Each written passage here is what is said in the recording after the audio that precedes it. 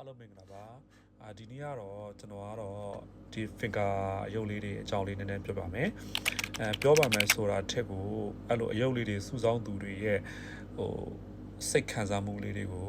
ကျွန်တော်သူတို့တွေကပတ်စံဖြုံးတယ်လို့မမြင်စေချင်ဘူးလို့ကျွန်တော်ကဒီဗီဒီယိုလေးတွေနဲ့ပြန်လဲပြပြရင်းပေါ့နော်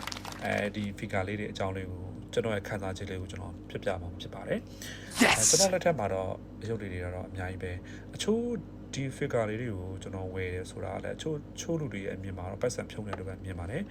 ကျွန်တော်ကတော့ပတ်စံဖြုံးတယ်လို့မမြင်စေချင်ပါဘူးဘာဖြစ်လို့ပြောရလဲဆိုတော့ဒီ figure ရုပ်လေးတွေကိုစုဆောင်းရတာဝါသနာပါသူတယောက်အနေနဲ့ခံစားချက်ကတော့ရိုးရိုးရှင်းရှင်းလေးပါပဲဒါကတော့အနုပညာကိုခံစားတာပေါ့နော်မတ်တရားတွေကိုသိသိတာကိုယ့်ရဲ့ကိုယ်ပိုင်စိတ်ကူးကဘာကိုလက်တွေ့ကောက်တယ်လို့ပဲလက်တွေ့ကောက်တယ်ဖော်တယ်လို့ပဲကျွန်တော်မြင်ပါတယ်ပြီးရင်ကျွန်တော်က figure အများစုပါပေါ့နော်မိမိကြိုက်နေတဲ့အဲ့လိုမျိုးကာတော့ကားတွေမိမိကြိုက်နေတဲ့ game တွေမှာဆိုရင် hero တွေရှိတယ်ကွာဒီ hero တွေကိုကိုကမြင်လိုက်ရတဲ့အခါမှာကြိုက်တွင်လိုက်ရတဲ့အခါမှာကိုနဲ့တဲ့ဇလန်ဇကားတွေထဲမှာကိုတိုင်ပါဝင်ခံစားနေရတဲ့လိုမျိုးပျော်ရွှင်တဲ့အမတ်တရားလေးတွေကိုဖြစ်စေပါတယ်လို့ကျွန်တော်မြင်ပါတယ်ပြီးရင်အနုပညာပေါ်မှာမျက်နှိုးတဲ့ပုံစံအနေနဲ့ပြောရမယ်ဆိုရင်တော့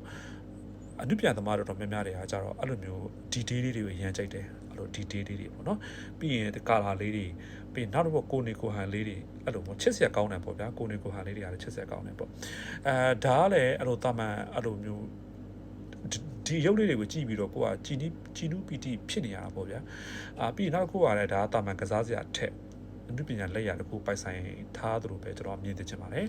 ပြီးကျွန်တော်ကပြောချင်တာကဒီကိုပိုင်ကဘာကိုတိဆောက်တဲ့လူတွေလည်းရှိတယ်လေကိုအိမ်မှာပေါ့ကိုကြိုက်နေတဲ့စကွဲခုံပေါ်မှာလို့စာကြည့်စကွဲပေါ်မှာလို့เนาะဗီဒီယိုလေးတွေပေါ်မှာလို့မတ်နဲ့ခုံလေးတွေပေါ်မှာလို့ဆိုရင်အဲ့လိုဒီလို figure လေးတွေကိုအဲ့လိုစီးထားတဲ့အခါမှာပေါ့ကျွန်တော်ဆိုရင်ဒီလို